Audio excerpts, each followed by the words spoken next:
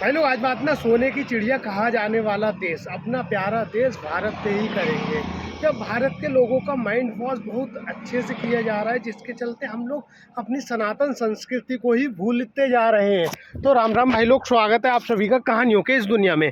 आज है अपना दारू छोड़ने का दिन 33वां। तो अभी मैं दुकान पे ही जा रहा हूँ, तो रास्ते से आ रहा था, एक चच्चा रोड में खटिया डाल के सेमे बेच रहे थे। मैं उनके पास रुका, मैंने कहा चच्चा फ्रेश थी, खेत की थी भाई, वीडियो डाल दूंगा, ठीक है।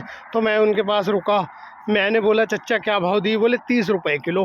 तो मैं भाई लेनी नहीं थी सब्जी की, एक तो दुकान है, दूसरा मैं जा रहा हूँ काम पे, भट्टी पे। तो भाई चच्चा कह रहे हैं 20 रुपये किलो लगा देंगे। भाई लोग समझो, भारत को सोने की चिड़िया इसीलिए कहा जाता है क्योंकि भारत में गैस और तेल के अलावा किसी चीज़ की कोई कमी नहीं है। जरा चच्चा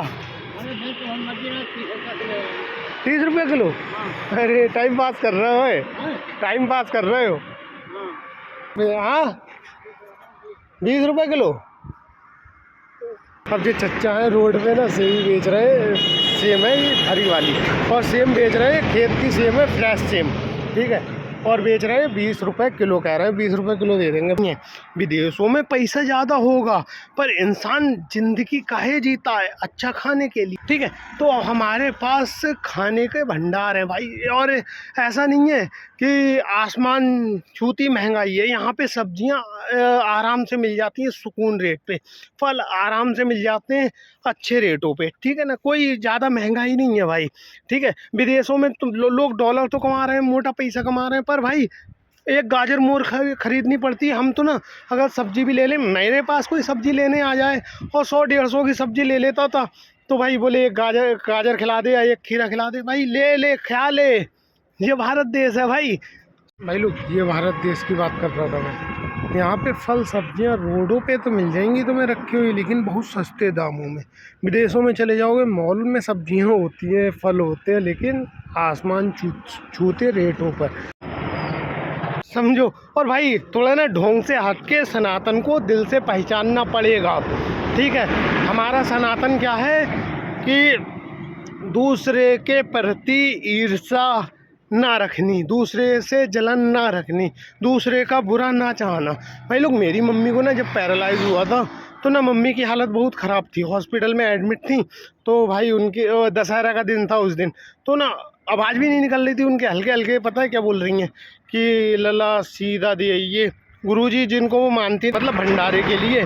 तो मैं भाई दे के आया था सब, और मैंने उनको बोला था, तो गुरुजी के पास गया मैं, गुरुजी से पूछा कि मम्मी की तबीयत ख़राब है, कैसे ठीक होएगी? तो वो बोल रहे हैं ना कि बंदरों को केले खिलाओ, मछलियों को दाना डालो। तो ये है हमारा रियल सनातन। ये हटाओ, ये वाला हटावा नहीं, वो वाला। अरे ये कट पीस क्यों डाल रहे हो? पैसे तो सही के ले रहे हो ना। वो वाला जी।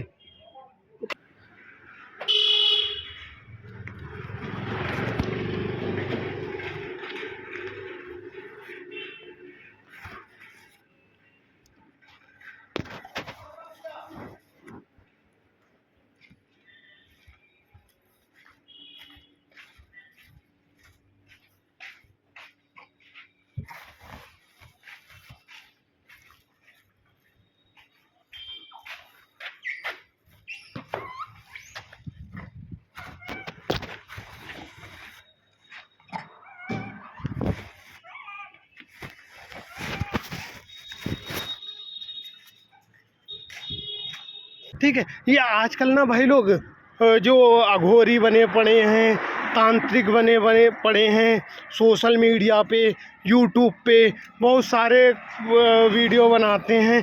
भाई लोग अगर इनमें वास्तव में इतनी पावर होती ना, क्योंकि ये ऐसा भी बोलते हैं अपनी वीडियो के माध्यम से कि मैंने बहुत सारी सिद्धियाँ कर रखी है, मतलब भूत पलीत को इकट्ठा कर रखा है, सिद्धियाँ प्राप्त कर रखी हैं। भाई अगर ये इतने ही अगर शक्तिशाली होते ना, तो इन्हें किसी के चैनल पे आके वीडियो बनाने की ज़रूरत नहीं पड़ती।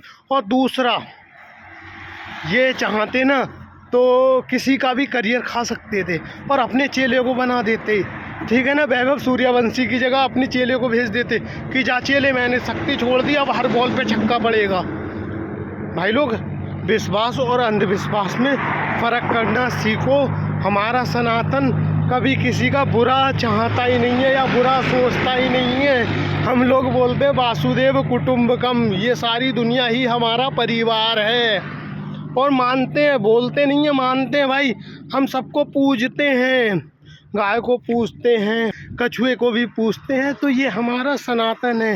लेकिन ये ढोंग के चलते में मत फंसो, ये अघोरी बाबा वगैरह वगैरह, भाई बहुत सारे लोग बर्बाद हो जाते हैं, ज़मीनें बेच देते हैं या फिर कोई कांड कर लेते हैं, लोगों को ख़त्म कर देते हैं निगेटिव शक्ति पाने के लिए। और वास्तव में भाई लोग, अगर राम है तो रावण भी होगा, और रावण कितना भी शक्तिशाली क्यों ना हो जाए, राम के आगे एक दिन मारा जाएगा।